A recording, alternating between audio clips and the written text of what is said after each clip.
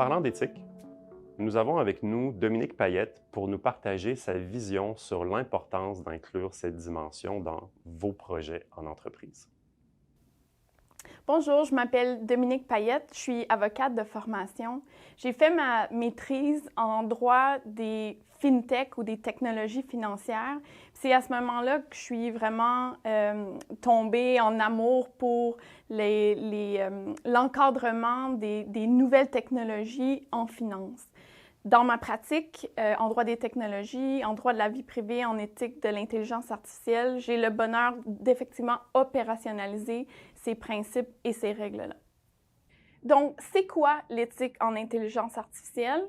Puis plus particulièrement, en quoi est-ce un concept différent de la réglementation et de la réputation? Je vais prendre un pas de recul puis dire que l'éthique, en général, c'est la zone grise qui existe entre la réglementation et le Far West complet. Donc, ce sont des règles morales, sociétales qui existent, mais qui ne sont pas nécessairement obligatoires, donc forcées en application par les lois ou les règlements. L'éthique en intelligence artificielle a vraiment une place toute spéciale parce que je dirais, selon mon expérience, que c'est un des domaines commercial où ça occupe le plus d'importance. L'éthique, c'est pas nouveau, ça existe depuis toujours, les éthiciens existent depuis toujours, mais ils se régalent en ce moment parce que, effectivement, les règles cadres éthiques exercent un poids sur l'industrie pour déployer de l'intelligence artificielle de manière responsable. La réglementation, qu'est-ce que c'est? En somme, c'est lorsque des règles éthiques, donc sociétales ou morales, comme je disais, deviennent tellement importantes pour la société que on transforme ça en règles obligatoires et donc dont les tribunaux peuvent forcer l'application. La réputation, c'est la conséquence d'un manquement éthique. Donc, si une organisation, une compagnie se comporte de manière non éthique, que ce soit avec le déploiement de l'intelligence artificielle ou d'autres technologies, il y aura des conséquences sur sa réputation. Contrairement à si elle ne se conforme pas à une règle qui est consacrée dans la loi, alors il y aura des conséquences judiciaires, donc par exemple une poursuite aux tribunaux.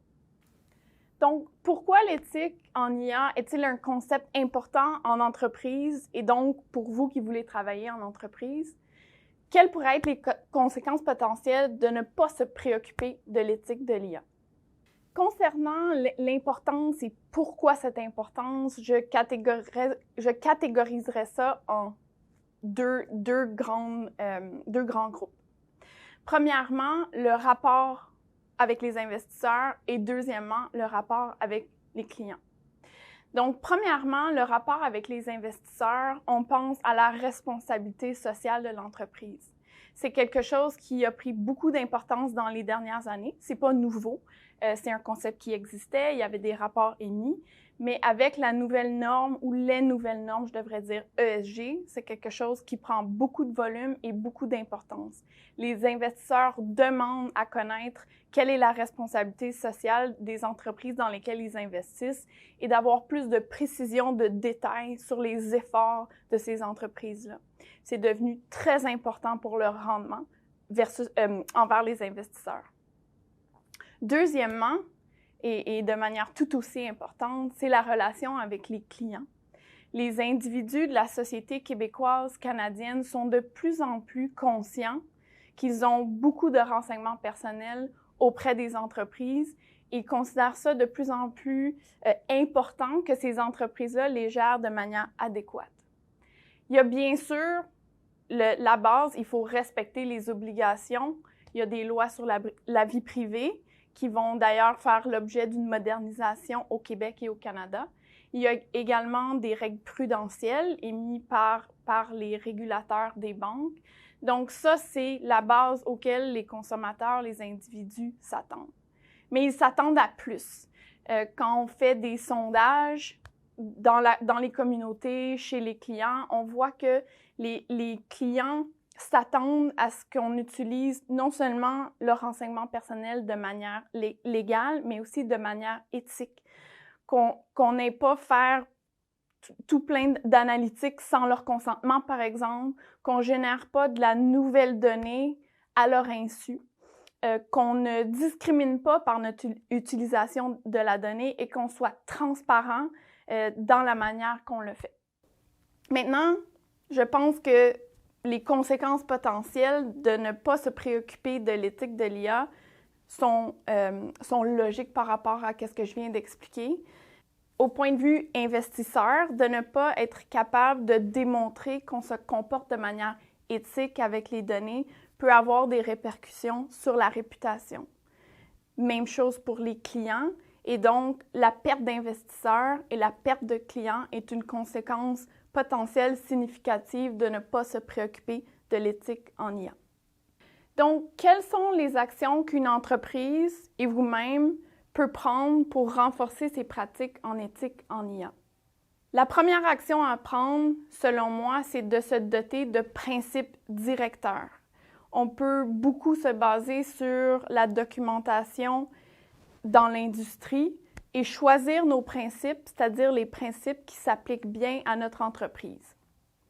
Une fois qu'on a ces principes directeurs-là, des principes éthiques qu'on s'engage à respecter dans l'opérationnalisation de notre IA, il faut s'asseoir et réfléchir à lesquels on remplit déjà et lesquels on ne remplit pas.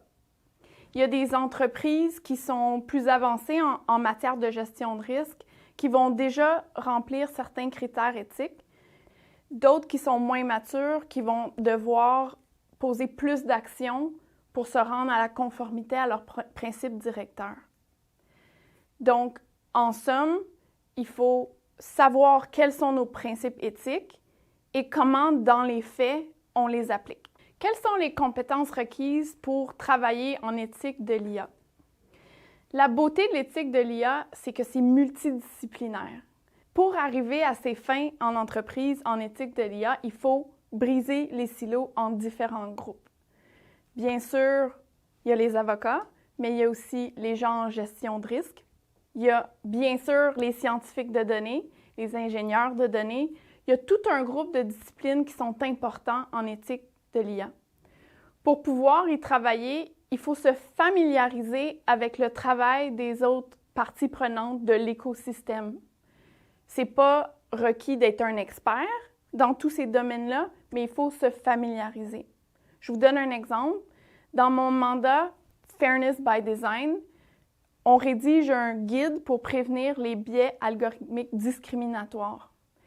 Le guide aurait pu être rédigé seulement par moi ou seulement par un scientifique de données, mais ça aurait été déconnecté des réalités éthiques ou des réalités techniques. C'est donc à deux qu'on a décidé de rédiger ce guide-là et ça fait un guide qui est holistique, complet. Donc, pour travailler en éthique de l'intelligence artificielle, il faut premièrement avoir la passion et être intéressé. C'est un domaine nouveau, donc il faut être capable d'expliquer pourquoi c'est important et il faut avoir cette pensée-là multidisciplinaire.